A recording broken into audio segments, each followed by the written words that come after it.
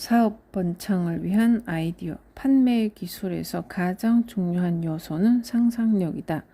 세일즈의 달인이란 언제나 상상력을 체계적으로 사용하는 사람을 일컫는 것이다. 뛰어난 세일즈맨은 그의 사업 번창을 위한 아이디어를 얻기 위해 상상력에 의존하고 있다. 누구나 생각할 수 있는 간단한 아이디어도 중요하다. 아이디어는 간단하지만 이의 실행을 위해선 상당한 상상력이 필요하기 때문이다. 아이디어가 간단하고 쉽게 채택될수록 그 가치가 크게 마련이다. 왜냐하면 복잡하고 지나치게 상세한 아이디어를 실행하려는 사람은 없기 때문이다.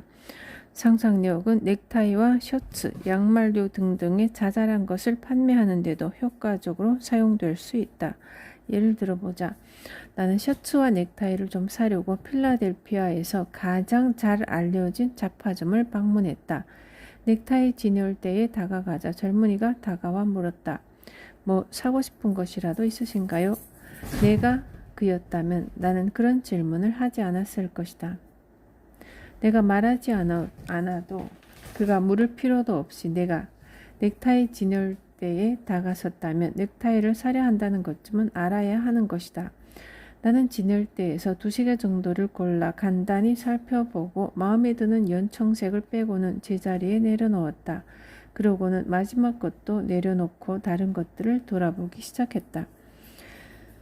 그때 카운터 뒤에 서 있는 젊은이는 알았다는 듯이 밝은 표정을 지으며 요란한 노란색의 넥타이를 집어들고서 그것을 매면 어떻게 보일지 보여주기 위해 자신의 손가락에 걸면서 물었다.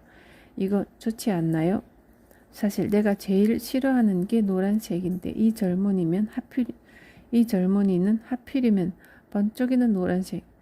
나의 어디에서 노란색 넥타이를 좋아하겠다는 생각이 들었는지 노란색을 들이밀어서 나의 취향을 간파하기는커녕 역효과만 내고 있는 것이다.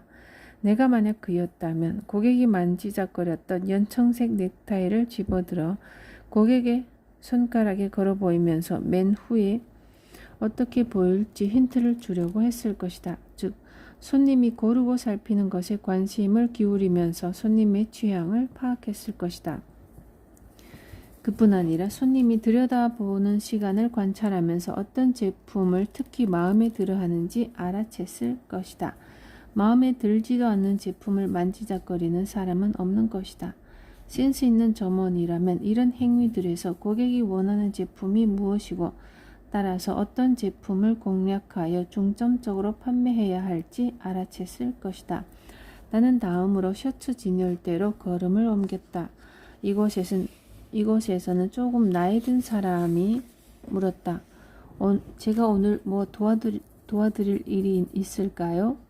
나는 혼자 생각하기를 나를 도와주고 싶으시다면 오늘이 아니면 안 될 거요.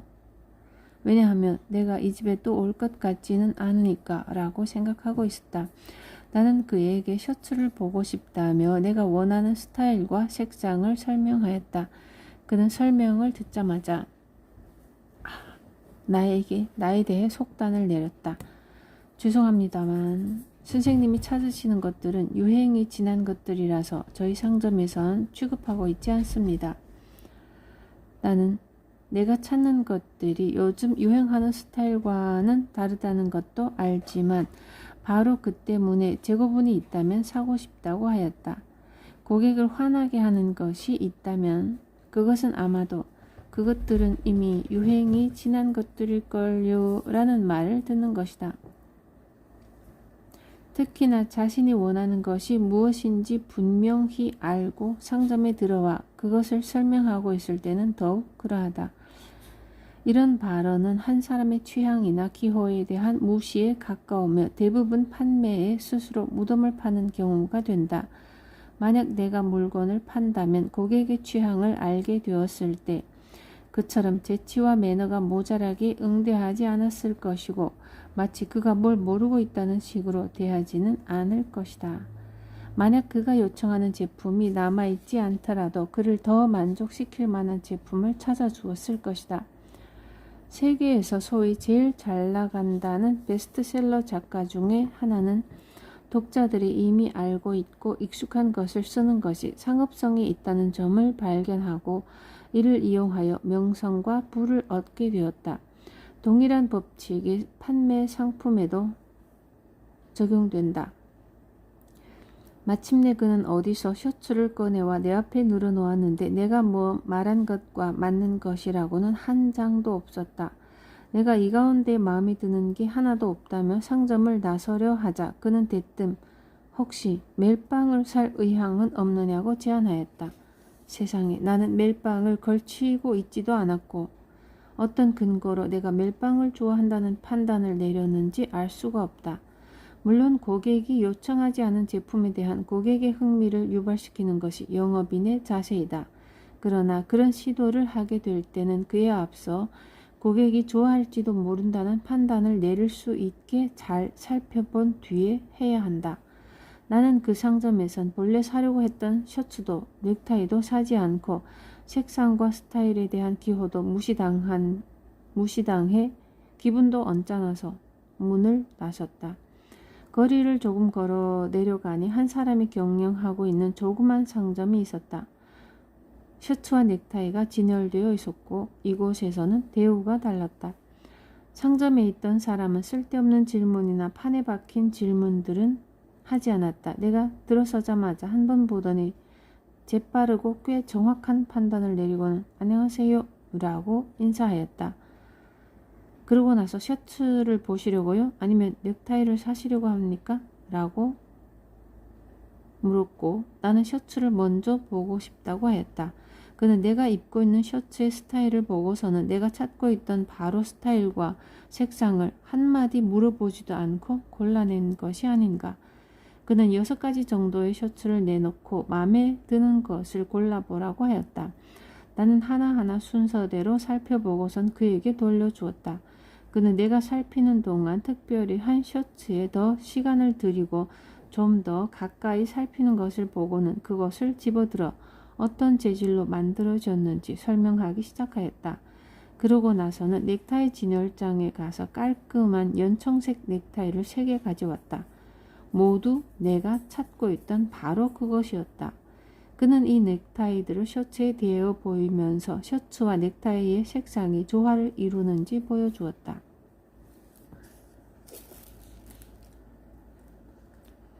상점에 들어선 지 5분도 안 되어 나는 셔츠 석 장에 넥타이 3개를 샀으며 이를 들고 나오면서 다음에 셔츠와 넥타이를 살 때도 이곳에 와서 사야겠다고 생각하였다.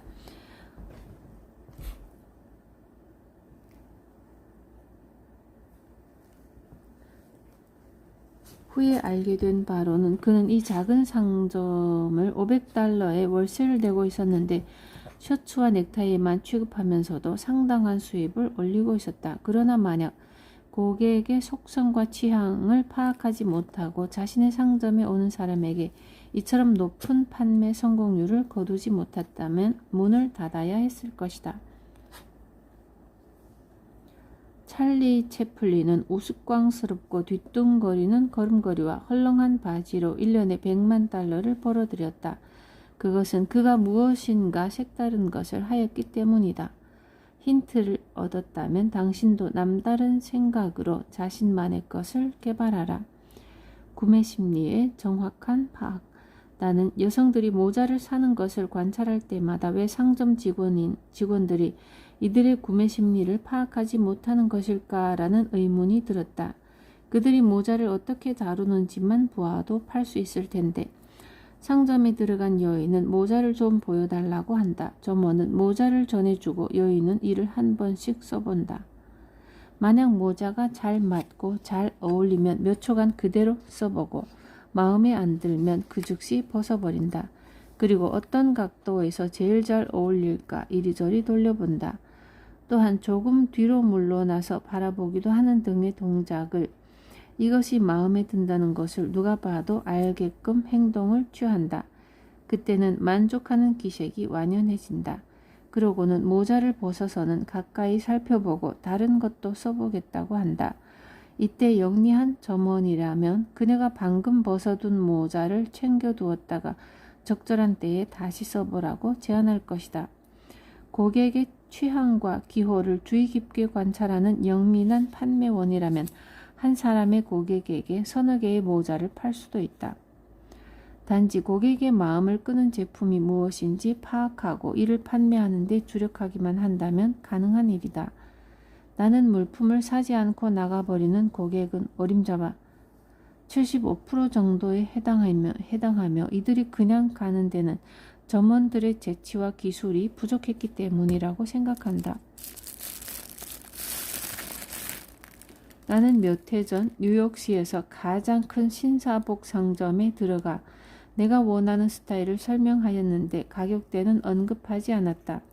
젊은 점원은 이를 잘 듣더니 손님께서 찾으시는 것은 없는 듯한데요 라고 대답하였다. 나는 원하는 바로 그 양복이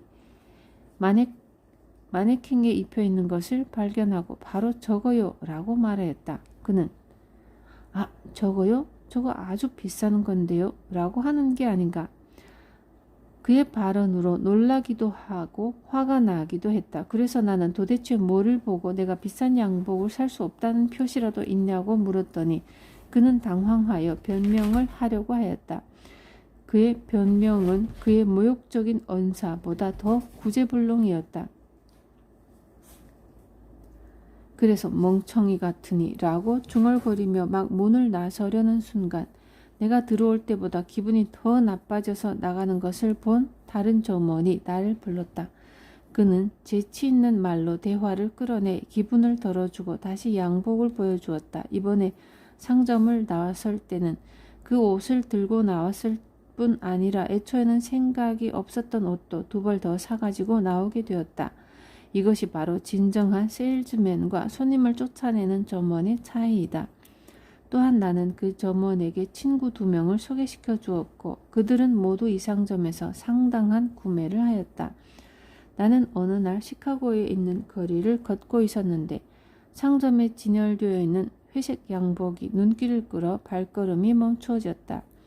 구매할 생각은 없었지만 가격이 궁금해서 문을 열고 고개만 안으로 들이밀고는 양복이 얼마냐고 물었다. 그 상점의 영리한 세일즈맨은 내가 상점에 들어오지 않으면 물건을 팔 수 없다는 것을 잘 알고 가격표를 볼 동안 들어와 계시겠어요? 라고 말하는 것이 아닌가. 물론 그가 가격을 모를 리 만무했지만 이렇게 함으로써 내가 물건을 팔려 한다는 경계를 늦추는 데 성공하였다. 물론 나도 그에 맞게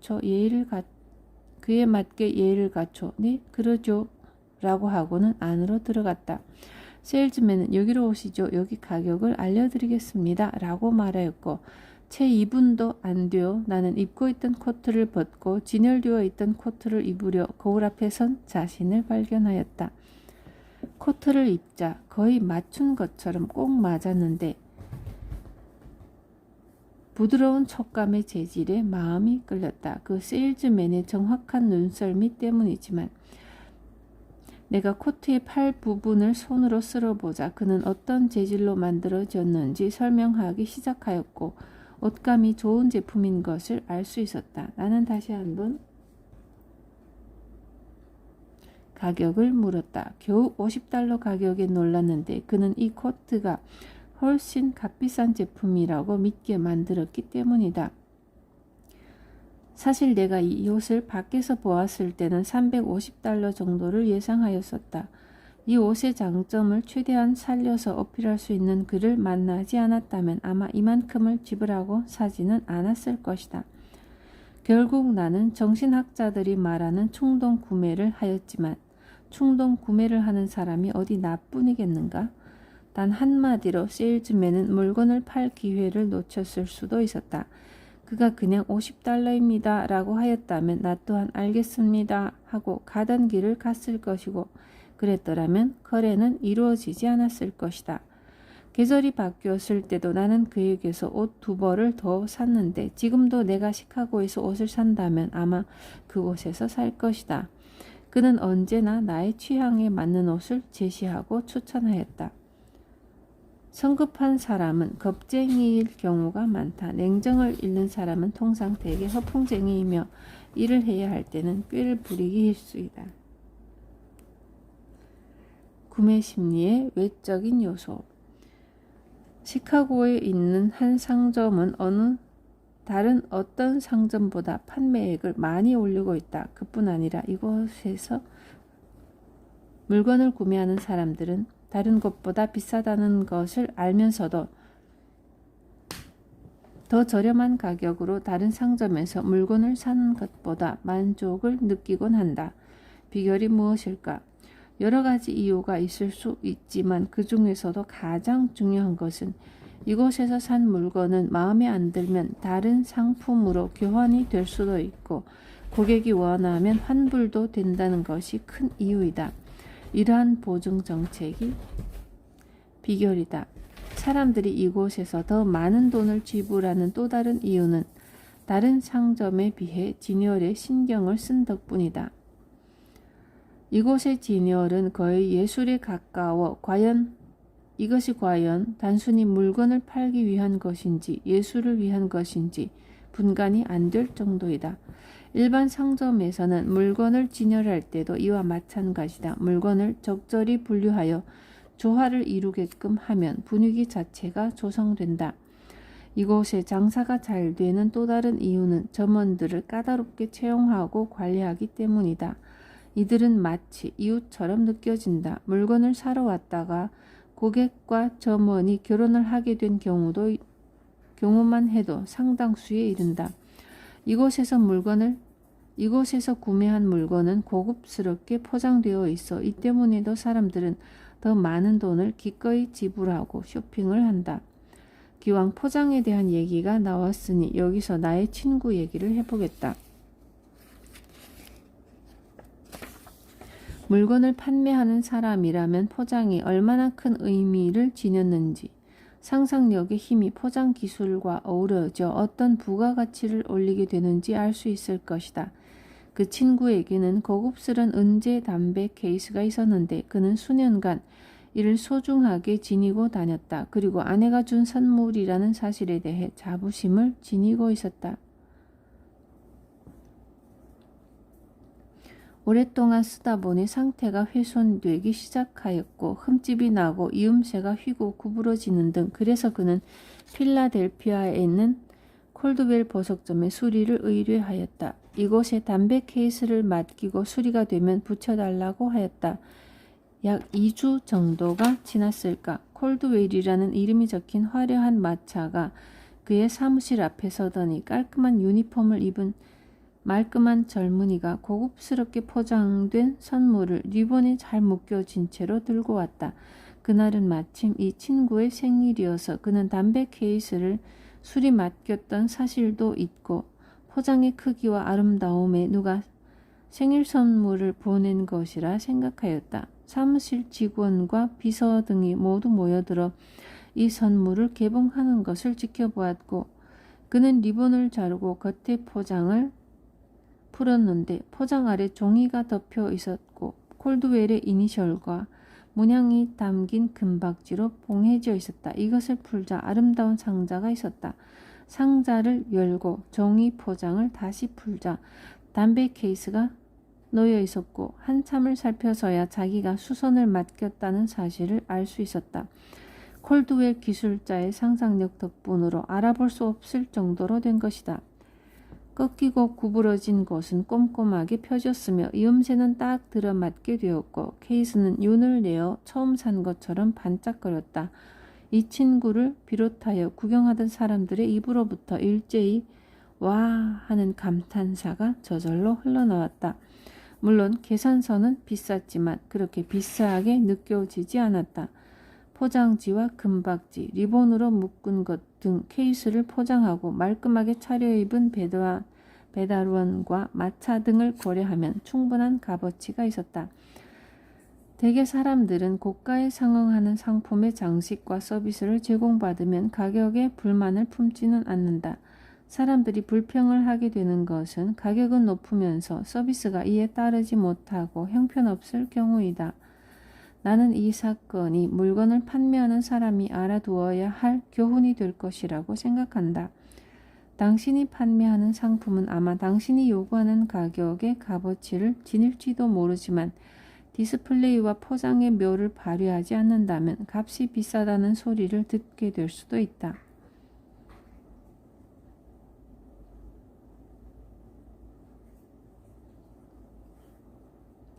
상상력은 실질적 부가가치.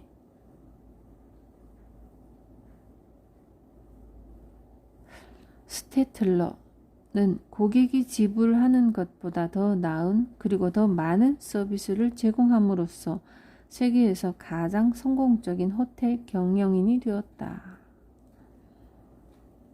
더 나은, 더 많은. 필라델피아의 프로드가에 한 과일 가게가 있는데 여기에는 손님에게 문을 열어주는 사람이 있다. 그의 업무는 문을 열어주는 것에 불과하지만 미소로 문을 열어주어 상점에 들어가기 전부터 환영받고 있다는 느낌을 준다. 이 과일 가게는 바구니 포장이 뛰어나다. 과일 가게 밖에 메모판에는 뉴욕시를 떠나는 대형 선박의 항해 일지가 적혀 있어 항해를 떠나는 친구를 위해 과일 바구니를 선물하고 싶은 사람들을 주 대상으로 하고 있다. 애인이나 친구, 부인이 떠날 때 아름답게 장식된 한 바구니의 과일을 건네주고 싶기 때문이다. 이럴 때는 싼 것을 찾을 게 아니라 비싼 것도 마다하지 않게 된다. 이렇게 과일 가게에도 경영의 묘를 살릴 수 있는 것이다. 한 블록만 더 가도 다른 과일 가게에서는 3에서 5달러에 불과한 과일이 여기서는 똑같은 내용물에 포장에 70센트를 더 들였을 뿐인데도 10달러에서 25달러에 판매가 되고 있다. 다른 곳과 마찬가지로 가게의 규모는 크지 않지만 1년에 15,000달러를 임대료로 내고도 다른 과일 가게 50여 개를 합친 것보다 더 많은 수입을 올리고 있다.